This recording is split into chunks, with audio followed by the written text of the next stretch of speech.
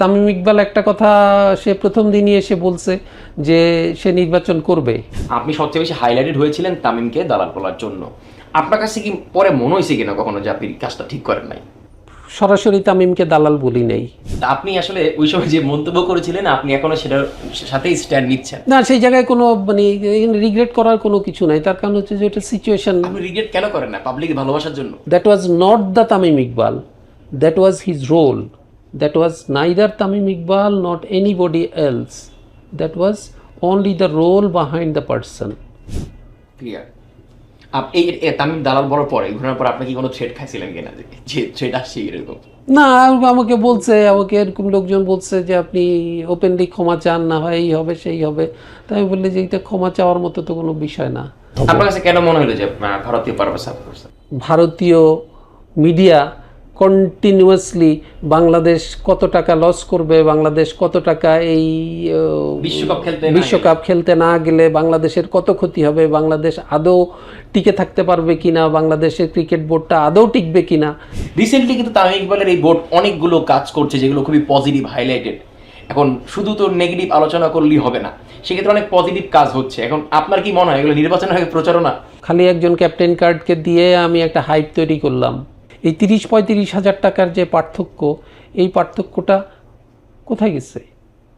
নিশ্চয়ই কারো পকেটে যেত। হুট করে আপনার নাম ডাব নাজমুল ছড়িয়ে গেল। আমাকে যারা পছন্দ করে না তাদের কেউ একজন নিশ্চয়ই এটা ছড়িয়ে দিয়েছে। নিশ্চয়ই ওই কথাগুলো আপনি কোনো ক্রিকেটারের আগে গিয়ে বলেন নাই, ওটা নিশ্চয়ই আপনার ফাইন্যান্স ডিপার্টমেন্টের কাউকে না কাউকে বলছেন। ওটা ছড়ালো কিভাবে আপনার মনে হয়? আমি তো জানি না সেটা। তার কারণ হচ্ছে ক্রিকেটার তো আমার কাছে বাজেট নিয়ে আসে না। এক্স্যাক্টলি, আমার কাছে তো বাজেট নিয়ে আসছে হচ্ছে ক্রিকেট অপারেশনসের বাজেট। এটা ক্রিকেট অপারেশনসের যদি কথা বলেন সেক্ষেত্রে সেখানে নাফিস ইকবাল, হ্যাঁ, নাফিস ইকবাল আছে, আরও লোকজন আছে যারা ক্রিকেট অপারেশনস পরিচালনা করে। অ্যাকর্ডিং টু হিউম বিষয় হচ্ছে তামিম ইকবাল বলতে চেয়েছেন যে এখন বট বাহিনী ওনার নিন্দা করে আর বট বাহিনী আপনাদের বোর্ডের প্রশংসা করে। আসলে কি এত লাখ লাখ কোটি কোটি মানুষ বট বাহিনী? আমি জানি না, আমি কিভাবে বলবো। তার কারণ হচ্ছে যে আমি তো কাউকে নিয়োগ দেই নেই। আমার তো এখন পর্যন্ত 1 টাকা আমার পকেট থেকে খরচ করি নেই আমি। শোকজের গল্পটা বলেন। শোকজের পরে আপনি সরি ফিল করলেন কিনা, আবার ফিরে আসলেন? ক্রিকেট বোর্ডের কনস্টিটিউশন অনুযায়ী একটা ডাইরেক্টরকে কেউ শোকজ করতে পারে না। আইসিসি রুলসের ভিতরে কোনো বোর্ড ভাঙার কোনো কিছুই নাই। আইসিসি কোনো বোর্ড, সরকার কোনো বোর্ড ভাঙতে পারে না। সেক্ষেত্রে তামিমের যে অ্যাডহক কমিটির মাধ্যমে আসছে সেটাই অবৈধ? সেটা অবশ্যই এটা অবৈধ। তাহলে এনএসসির অবস্থানটা কি রাজনৈতিকভাবে পরিবর্তন হয় কি? অবশ্যই পরিবর্তন হয়েছে। কথার জোর দিয়ে বলতেছে, আইন কানুন মেনে বলতেছে না। তাহলে তামিম ইকবাল আসার আগে, এর আগে বুলুল ভাই, ফারুক ভাই আসছেন, তারা অ্যাডহক কমিটি ছিল না? না, তখন অ্যাডহক কমিটি, তখন পূর্ণাঙ্গ কমিটি ছিল। দেশের সরকার, যেহেতু সরকার থাকাকালীন সময়ে যে নির্বাচনটা হয়, তখন তো সরকার পদত্যাগ করে নির্বাচন হয় না।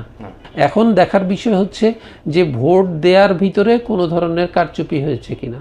মানে এটা একটা দেশ হতে পারে যেই দেশে একটা সরকার চলে যাওয়ার পরে, সরকারের মানে প্রধানমন্ত্রী এবং মন্ত্রীরা পালিয়ে যাওয়ার পরে, মানে স্কুল মাস্টার, স্কুল কমিটির প্রধান, মসজিদের প্রধান সবাই শুধু পালায় যেতে পারে।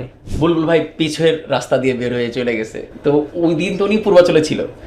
আপনারা কখন জানতে, মানে আপনি কখন জানতে পারলেন যে আপনার আর নাই? আমি জানতে পারলাম বুলবুল ভাই চলে আসার পরে। বুলবুল ভাইয়ের সঙ্গে শিবিরের একটা প্রোগ্রামের ছবি ভাইরাল হয় সোশ্যাল মিডিয়ায়। তখন বলা হয় যে বুলবুল ভাই হচ্ছে জামাত শিবির। কিন্তু যখন তামিম ইকবাল বিএনপির কোনো প্রোগ্রামে যায় তখন সেই ক্যাপশনটা গণমাধ্যম দেয় কর্মসূচিতে যোগদান। এই বিষয়গুলোর আপনি কিভাবে আসলে দেখেন, একটু যদি বলতেন আমাদের। এখন এটা হচ্ছে চার্জার পারসেপশনের ব্যাপার।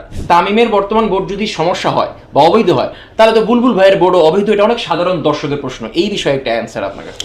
ক্রিকেট বোর্ডের যে কনস্টিটিউশন আছে, এই কনস্টিটিউশনের মধ্যে নাই। আচ্ছা, এখন যদি না থাকে তাহলে এটা কিসের বলে করেছে? কিছু মানুষ বা কিছু গোষ্ঠী আছে যারা এটা বলে যে সেক্ষেত্রে তো ফারুক ভাইকে সরিয়ে বুলবুল ভাইয়ের আশাটাও অবৈধ। এনএসসি কাউকে একজনকে যদি নিয়োগ দেয় তাহলে তার নিয়োগ বাতিল করার ক্ষমতা এনএসসির আছে।